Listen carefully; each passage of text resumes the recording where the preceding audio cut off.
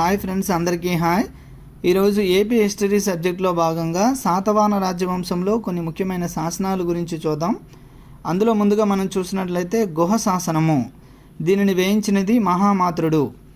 తర్వాత చూసినట్లయితే మ్యాకధుని శాసనము, దీనిని వేయించినది ఎవరు అంటే మూడవ పులోమావి, ఇది బళ్ళారిలో ఉంది. నెక్స్ట్ తర్వాత మనం చూసినట్లయితే నానాఘాట్ శాసనము, దేవి నాగానిక వేయించడం జరిగినది. నెక్స్ట్ హతిగుంప శాసనము, కారవేలుడు, కళింగ కారవేలుడు వేయించడం జరిగినది. తర్వాత నాసిక్ శాసనము, గౌతమి బాలశ్రీ వేయించడం జరిగినది, గౌతమి పుత్ర శాతకర్ణి యొక్క తల్లి. నెక్స్ట్ జునాగఢ్ శాసనము, రుద్రదామనుడు వేయించడం జరిగినది. నెక్స్ట్ కృష్ణుని నాసిక్ శాసనము, రెండవ రాజు అయిన కృష్ణుడు వేయించడం జరిగినది. నెక్స్ట్ చినగంజాం శాసనము, యజ్ఞశ్రీ శాతకర్ణి వేయించడం జరిగినది.